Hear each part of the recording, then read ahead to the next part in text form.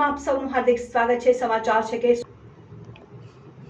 દોડિયા ગામે તંત્ર દ્વારા ભુરાયેલી કોલસાની ગેરકાયદેસર ખાણો ફરી ધમધમી ઉઠી, ગેસ ગળતરની મોટી દુર્ઘટના સર્જાઈ શકવાની દહેશત।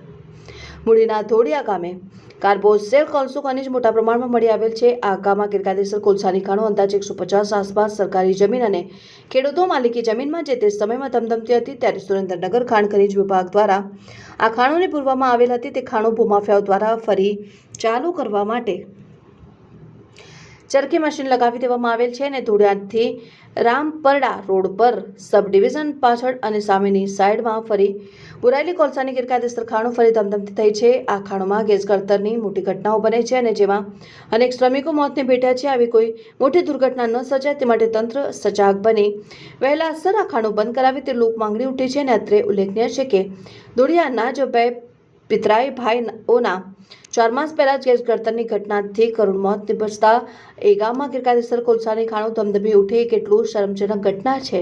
આ બાબતે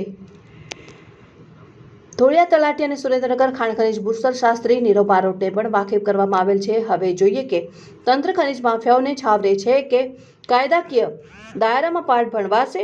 આ ખુદકામ રસ્તાની અને બંને સાઈડમાં નજીકમાં જ ચાલે છે તો પોલીસ તંત્ર, મામલતદાર, મૂડી ખાણ ખનીજ વિભાગને નજરે ચડતું નથી। કલેક્ટર સુરેન્દ્રનગર દ્વારા જ્યાં પણ ખનીજ ચોરી થતી હોય તેની જવાબદારી સરપંચ અને તલાટી મંત્રીની રહેશે। સાથે નોટિસો પણ પાઠવવામાં આવી હતી અને ખુલાસો કરવા જણાવ્યું, પરંતુ એ બાદ અનેક ઘટનાઓ ઘટી, અનેક મજૂરોના મોતને ભેટ્યા અને કોઈ સરપંચ કે તલાટી સામે કાયદાકીય કાર્યવાહી કરવામાં આવી નથી। ત્યારે સરપંચ, તલાટી, કલેક્ટરની નોટિસને પણ ઘોડીને પી ગયા હોય તેવો ઘાટ સર્જાયો છે।